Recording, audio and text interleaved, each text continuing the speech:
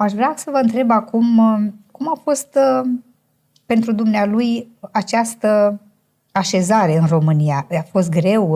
A fost ușor? Lucru cu oamenii? Sziziničina loldubu, yerleşme, zor oldu. İnsanlarla uğraşmanız, onlarla diyalogunuz nasıl oldu?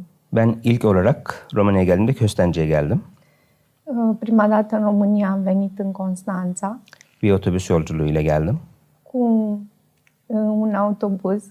În vizită? Da, Yani. a venit să vadă. Ve Köstence'ye girerken sanki memleketime giriyormuşum gibi hissettim. Și când a intrat în Constanța, a avut impresia că intră în țara lui. Yani enerji olarak çok rahat, çok güzel bir enerjiyle girmiş oldum. Această energie era foarte ușoară și foarte plăcută pentru Domnul. Mart ayında gelmiştim. Domnul a venit în luna martie anul acesta. Ve her gün bu düşüncem daha da arttı. Și în fiecare zi acest gând a fost și mai intens. Da, intens. Şöyle bir şey düşünmedim. Geriye dönseydim veya buradan başka bir yere gitseydim. Nu s-a gândit Domnul după ce a ajuns să mă întorc înapoi sau să merg în altă țară. Ve Romanya'da elimden geldiğince kalıcı olmak istiyorum. Și cât aș putea, îmi doresc să rămân în România. Mulțumesc! Aș vrea acum să vă întreb, a fost greu, a fost ușor? V-ați deschis un cabinet, ceva, lucrați deja cu oamenii sau doar în sistem online? Nasıl oldu? Sizin çalışmanız zor mu oldu, kolay veya bir yer açtınız mı? Sadece online mı çalışıyorsunuz? Evet. Şimdi pandemiyle birlikte zaten Türkiye'de tüm dünyada sistem online'a döndü.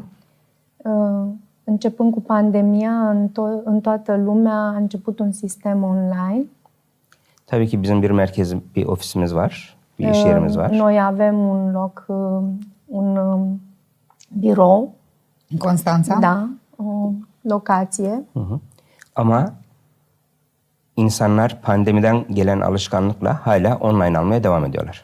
Dar cu acest obicei, odată cu pandemia, oamenii doresc să ia această terapie, să beneficieze tot online. O sebeple bizim dünyanın her yerinden danışanlarımız hala var. Și din acest motiv, noi avem persoane care apelează la noi din toată lumea. Yani Türkiye'deki insanlar hala benden online olarak seanslarını alıyorlar. Și cei din Turcia îl caută pe Domnul pentru aceste sesiuni de energie online. İnternetten gören Roman kardeşlerimiz de. Și frații noștri români și ei doresc tot online. Yine dünyanın her yerinden, İtalya, Almanya fark Și din etmeksizin. Italia, Germania ne caută. Da. Prima dată să înțeleg că v-ați făcut cunoscuți în sistem online, pe Facebook, sau și celelalte rețele. Tanıttınız kendinizi Facebook'tan veya başka. Tabii paylaşımları fotoğraf ve şey olarak Facebook'tan yapıyoruz. Noi transmitem fotografii Bilgilendirme și paylaşımlarını. videourile noastre prin Facebook. Ama daha çok insanların ilgisi canlı yayınlara. Dar oamenii sunt foarte preocupați de sesiunile noastre în direct. Când Canlı yayınlarda yaptığımız blokaj tespiti în direct noi facem analiza blocajelor ve yaptığımız tespite göre temizleme, negatif enerjiyi temizleme uygulaması.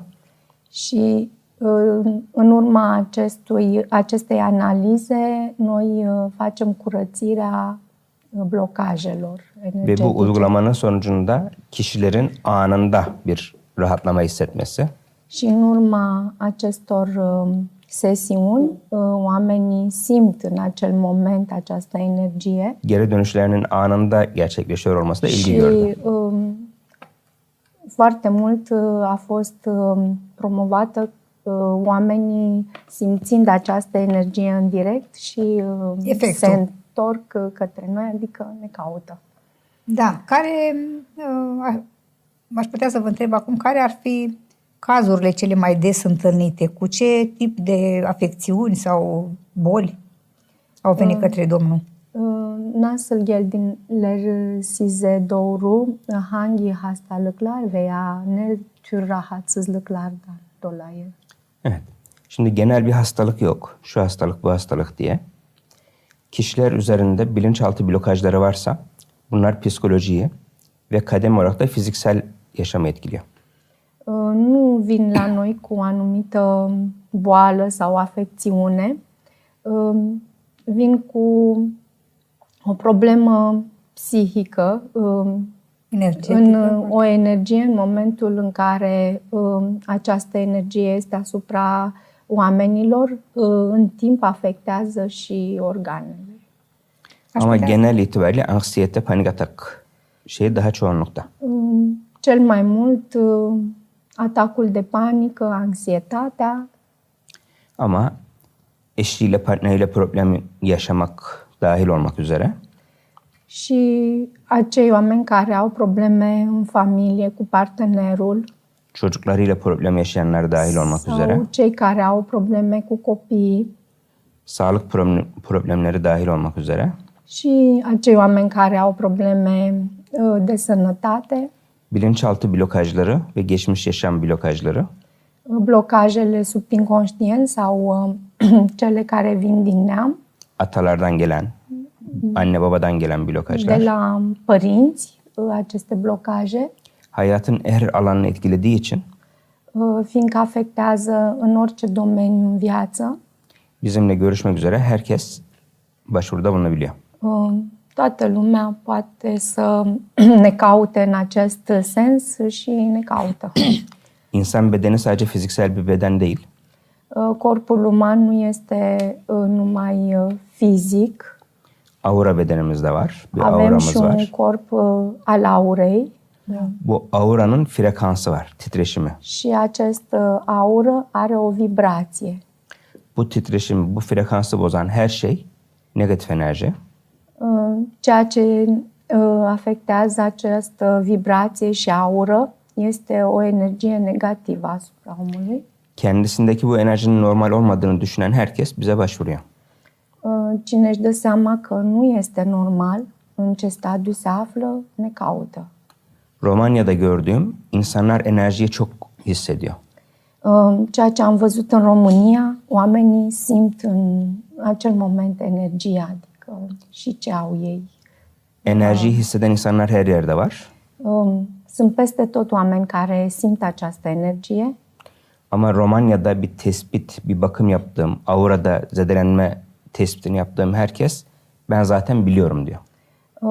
La acei oameni care le-am făcut o analiză, când le spun ce au domnii, îmi spun eu oricum știam. Tahmin ediyordum diyor. Eu intuiam, spun. Evet. Kişi bize geldiğinde öncelikle blokaj olup olmadığına dair bize soru soruyor. Când vine omul la noi, în primă fază, ne întreabă dacă are vreun blocaj sau ce vede Domnul la el. Biz bu blokajı tespit etmek için hem auraya bakıyoruz. Ca să vedem acest blocaj, ne uităm la aură. Ve pandül aracılığıyla și cu ajutorul pandulului. Manyetik alan control yapıyoruz. Da, este o măsurătoare magnetică, radiestezică. Evet. Da. Ve bu uygulamada blokajların atalardan, anne tarafından veya baba tarafından gelip gelmediği tespit edilebiliyor. Și în felul acesta vedem dacă vine din partea mamei sau al tatălui aceste blocaje. Ve biz tespit ettiğimizde sizin blokajlarınız babanızdan, baba tarafından geliyor dediğimizde kişiler evet tahmin ediyordum diye cevap veriyorlar. Și în momentul când spunem aceste blocaje sunt din partea tatălui, oamenii spun că da, știam asta.